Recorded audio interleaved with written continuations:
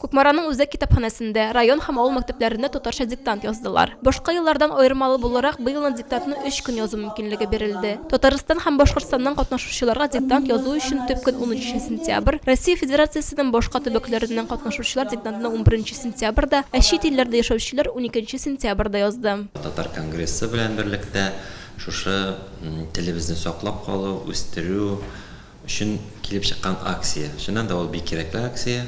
Бу мин инде 3 ел рәттән бу акциядә катнашам. Район җитәкчелеге, укытучылар, укучылар, гомумән теләге булган һәркем татар теленнән үзенең белем дәрәҗәсен сынап карады. Диктантка Гомер Башировның "Шишмә могын ничек җир булды" дигән әсәреннән үзек сайланган. Бу уйланулар татар халкының шулай сибелеп яшәү турында, эшкә иратларның бигрәк тә эшкә чит якларга чыгып китеп, аның бит ул безнең халкыбызның язмышы. Башка елларга караганда диктант тексты җиңелрәк дип уйлыйм, чөнки инде аның әсәрләре дә бит Гомер Башировның әдәби телдә, халык аңлый торган телдә язылган. Кайбер катнашучыларга әсәрдән үзекне язу җиңел бирелсә, текстны катлаулы дип табучылар да бар. У меня семья русская, мы дома общаемся только на русском языке, но я все понимаю. Текст был очень сложным.